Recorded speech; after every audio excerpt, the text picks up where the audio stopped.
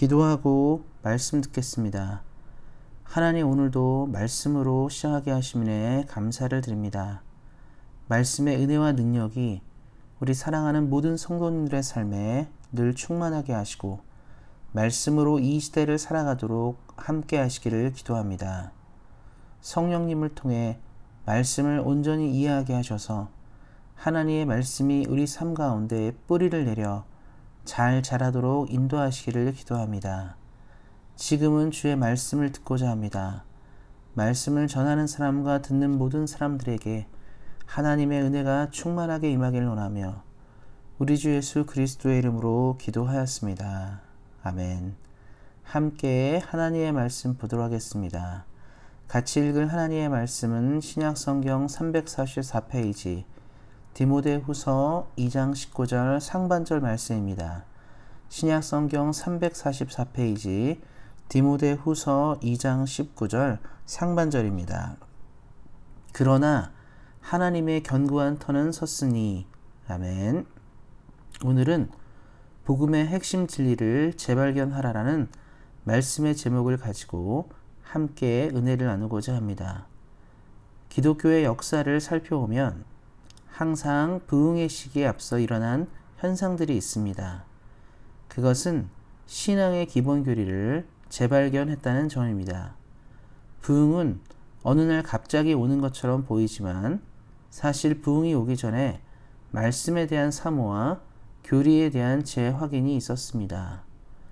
구약 성경에서 간헐적으로 등장하는 부흥의 예들을 살펴보면 먼저 이스라엘 백성들이 율법 앞에 모여서게 되고 그들의 죄와 문제를 율법을 통해 돌아보게 되는 장면들이 나오게 됩니다. 그리고 올바른 하나님의 뜻을 발견하고 부흥을 경험하는 역사들이 기록되어 있습니다. 또한 예수님께서 이 땅에 오셔서 하신 일 중에 하나는 율법의 참 의미를 가르치시는 것이었습니다. 그리고 예수님의 승천 후 말씀의 진리를 깨달은 교회로부터 초대교회의 부흥은 시작되었습니다.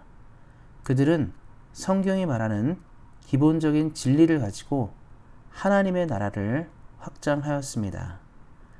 이 시기에 기록된 바울 서신 중 로마서는 교회사를 통해 위대한 변화를 이끄는 하나님의 말씀으로 사용되었습니다. 위대한 교부 성 어거스틴은 로마서를 읽고 회심하여 기독교 신앙의 틀을 만들어냈고 그 이후 종교개혁 시대에는 로마서를 통해서 마르틴 루터의 종교개혁이 출발되었습니다. 그리고 수많은 믿음의 인물들이 말씀을 통하여 하나님을 알게 되고 부흥을 시작하였고 부흥의 기초가 되었습니다. 이렇듯 말씀에 대한 바른 이해와 말씀으로 돌아가는 신앙은 교회의 부흥을 주도해 왔습니다. 우리가 부흥을 원하고 갈망한다면 우리 역시 추구해야 하는 것은 말씀으로 돌아가는 것입니다. 세대가 악해지는 이유는 하나님보다 우리의 생각이 앞서기 때문에 시작됩니다. 교회사에서 가장 어두운 시기를 중세라고 보는 경우가 많은데요. 중세 시대의 문제는 성도들이 성경을 몰랐다는 것입니다.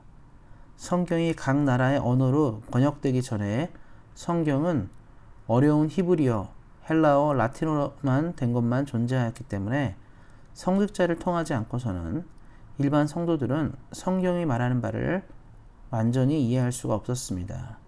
그래서 왜곡된 교리와 신앙이 교회 안에 흘러들어왔지만 아무도 이를 이상히 여기지 못했습니다.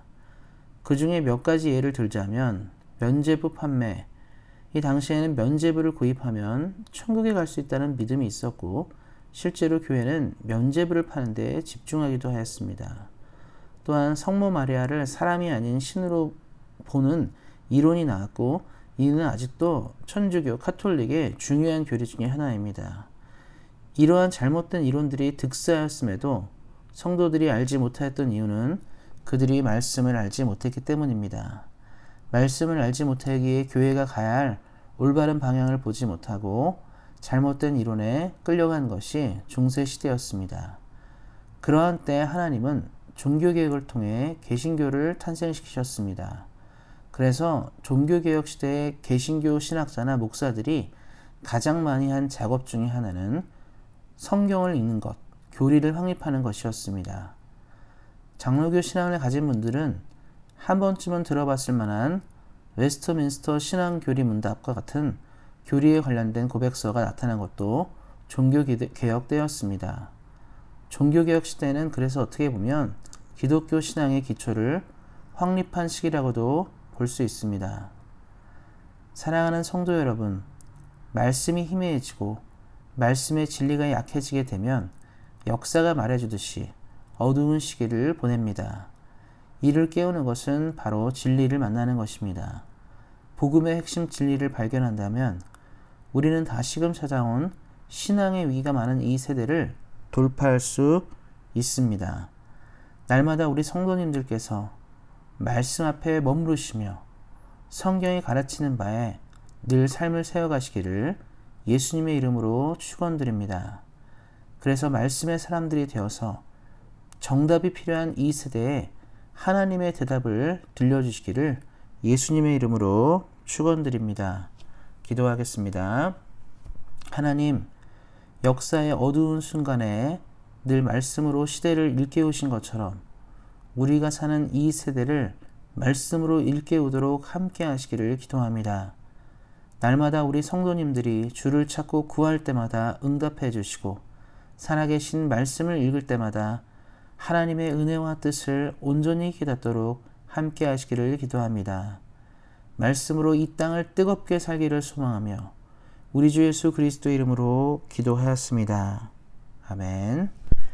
오늘 함께 기도하는 시간 갖도록 하겠습니다. 오늘 기도하실 때는 내일 있을 수요 예배를 위해서 하나님의 은혜와 말씀이 전해지는 귀한 예배가 될 수 있도록 내일 수요일 예배를 위해서 기도해 주시기 바랍니다.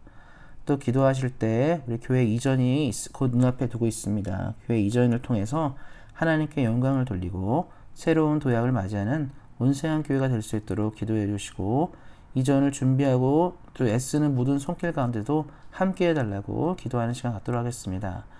또한 우리 교회가 좋은 새 목사님을 청빙할 수 있도록 이것을 위해서도 기도해 주시기 바랍니다. 하나님께서 이 교회를 이끌기에 부족함이 없는 귀한 분을 보내주시도록 기도하셨으면 좋겠습니다.